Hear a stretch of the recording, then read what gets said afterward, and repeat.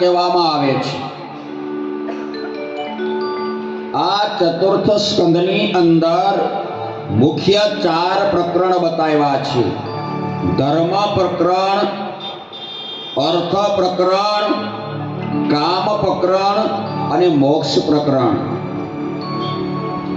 ધર્મ પ્રકરણના 7 અધ્યાય છે। અર્થ પ્રકરણમાં 5 અધ્યાય છે। સુખદેવજી કહે છે કે હે રાજન, આ મનુ મહારાજ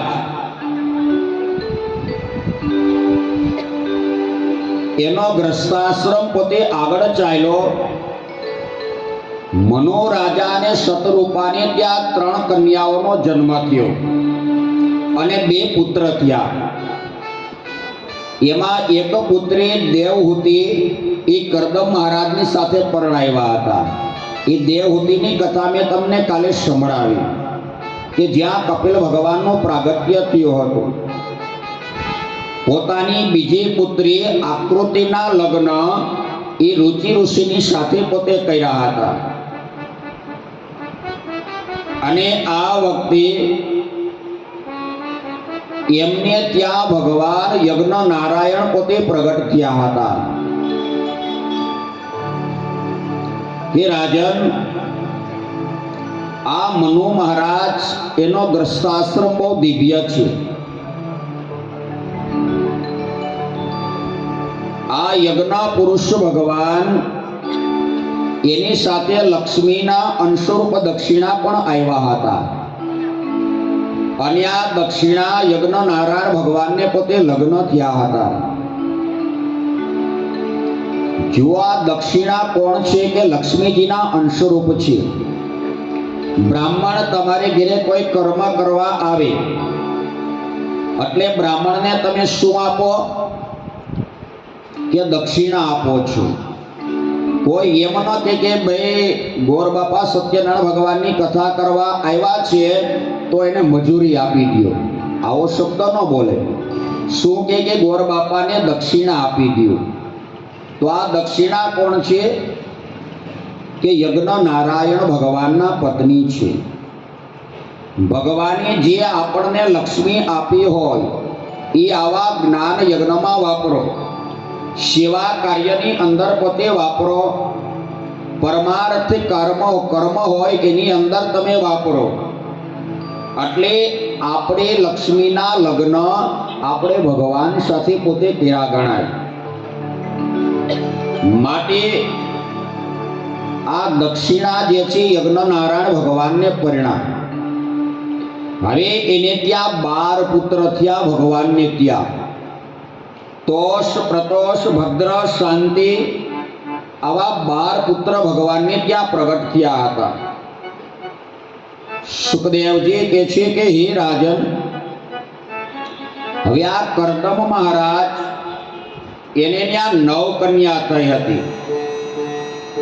એમાં અત્રે મહારાજને ત્યાં અનસુયા પરણાવ્યા હતા, મરીચીને કલા પરણાવ્યા હતા, વશિષ્ઠને અરુંધતી પરણાવ્યા હતા, ક્રતુની સાથે ક્રિયાને પરણાવ્યા હતા।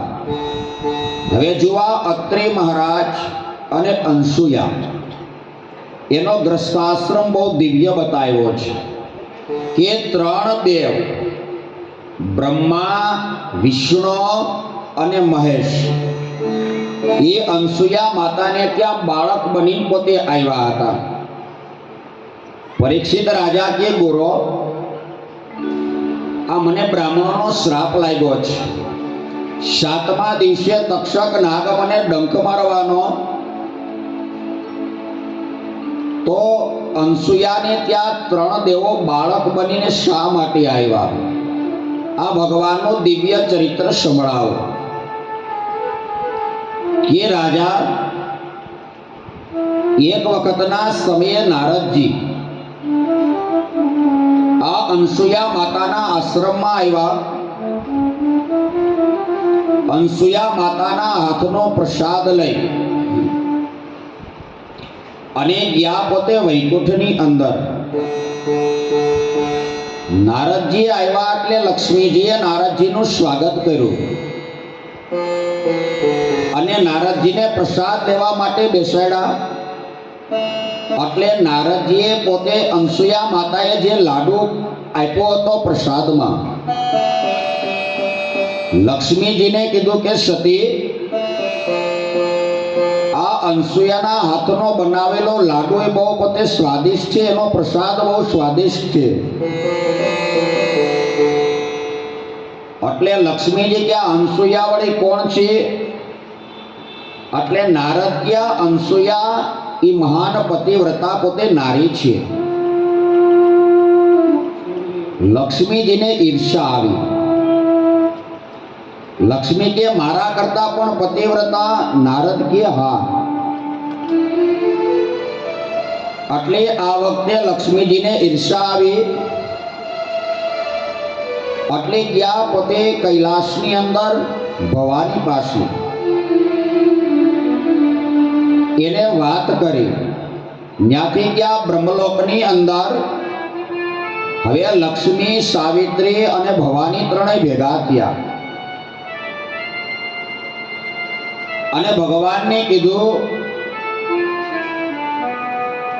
કે આ અનસુયા જે છે એના પતિવ્રતાનો તમે ભંગ કરાવો. ભગવાન કે સતી કોઈની ઈર્ષા ક્યારેય ન કરાય. જે ખાડો ખોદે એ જ ખાડામાં પડે.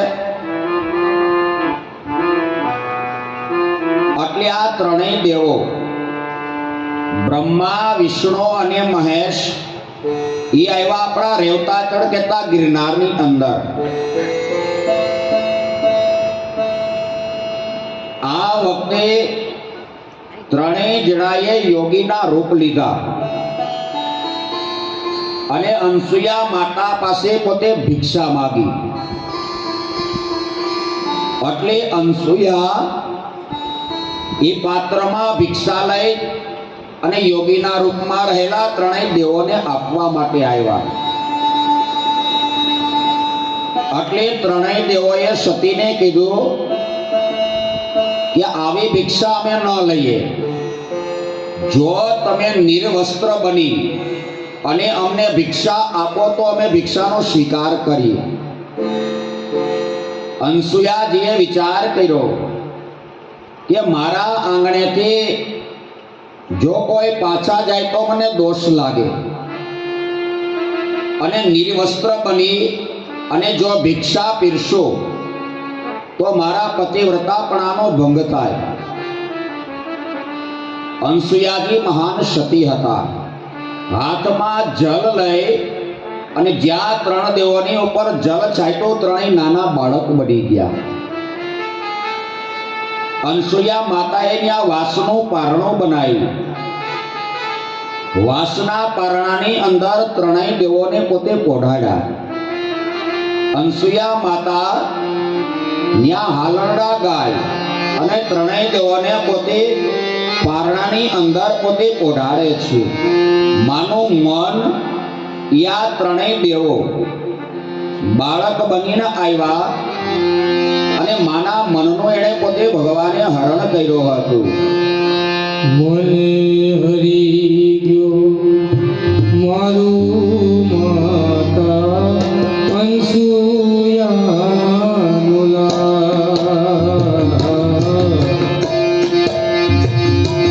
હે મને હરી ગયો મારું માતા અનસુયાનો લાલા.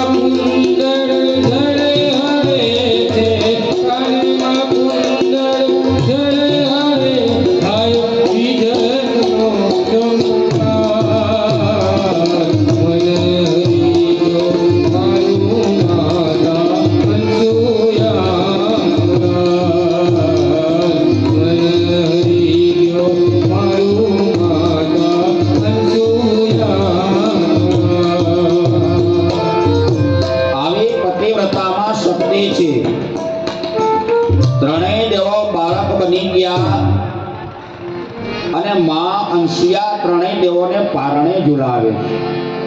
હવે અહીંયા વૈકુંઠ લોક ખાલી પડ્યો, કૈલાસ ખાલી, બ્રહ્મલોક ખાલી પડ્યો.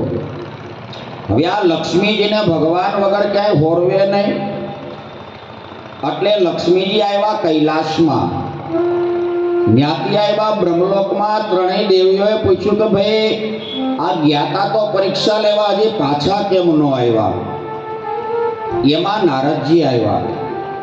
નારદજીને પૂછ્યું કે તમારા ત્રણેયના પતિ એને અનસુયાજીએ બાળક બનાવી દીધા છે, માટે તમે એની પાસે જાઓ. લક્ષ્મીજી કે અનસુયાજી કદાચ અમને શ્રાપ આપે તો શું કરવું? નારદ કે સતી, તમારામાં ઈર્ષા છે પણ અનસુયામાં જરા ઈર્ષા નથી, માટે તમે ત્યાં જાઓ. એટલે લક્ષ્મીજી, ભવાની અને સાવિત્રી આવ્યા પોતે અનસુયાજીના આશ્રમમાં. હાથ જોડીને કીધું કે માં, અમારા ત્રણેયના પતિ એ આયા તમારી પાસે આવ્યા હતા, તો અમારા પતિ અમને પાછા આપો. અનસુયાજી કે ભાઈ આ પારણાની અંદર સૂતા જેના પતિ હોય ને ઓળખીને તમે લઈ લ્યો. ત્રણેય દેવી જ્યાં પારણા પાસે ગયા ત્યાં તો ત્રણેયના એક જ સ્વરૂપ, કોણ વિષ્ણુ, કોણ બ્રહ્મા, કોણ મહાદેવ. ત્રણેય દેવીઓ જો પોતાના પતિને ઓળખી ન શીખા, એટલે અનસુયા માતા એણે ત્રણેય દેવોના હાથ પકડી અને દરેક દેવીના હાથમાં આપ્યા. અને ભગવાન એ પોતે પોતાના સ્વ સ્વરૂપની અંદર પોતે આવી ગયા હતા. આ ત્રણેય દેવોનું જે તેજ ભેગું થયું એમાંથી કોણ પ્રગટ થયા કે ગુરુ દત્તાત્રેય. જુઓ, જીવ એ પોતે જ્યારે કાંઈ લેતો નથી ત્યારે પરમાત્મા પોતાના સ્વરૂપનું દાન કરે છે. આવા મનુ મહારાજ, આવા ભગવાન દત્ત રૂપે ત્યાં પોતે પ્રગટ થયા. આ ગુરુ દત્તે 24 લક્ષ ગુરુ ધાર્યા હતા. એ કથા પૂર્ણાહુતિના દિવસે પોતે આવશે. હવે મનુ મહારાજના ત્રીજા પુત્રી, એનું નામ પ્રસૂતિ. એમના લગ્ન દક્ષની સાથે થયા હતા. આ દક્ષ પ્રજાપતિને ત્યાં 16 કન્યાનો જન્મ થયો. એમાં 13 ધર્મ રાજાને પરણાવ્યા, એક અગ્નિને, એક પિતૃકરણને અને એક શંકરને પરણાવ્યા હતા. એમાં રાજા આ ભવાની જે શંકરને પરણાવ્યા,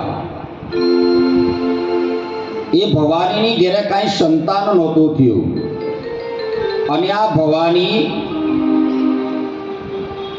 એમણે પોતાના પિતાને ત્યાં યજ્ઞમાં બળીને પોતે ભસ્મ થયા હતા. પરીક્ષિત રાજા કે ગુરુ, આ ભવાનીને તો એટલું બધું શું દુઃખ પડ્યો કે એક દીકરીને પોતાના પિતાના ઘેરે બળીને ભસ્મ થવું પડ્યું? કે રાજા,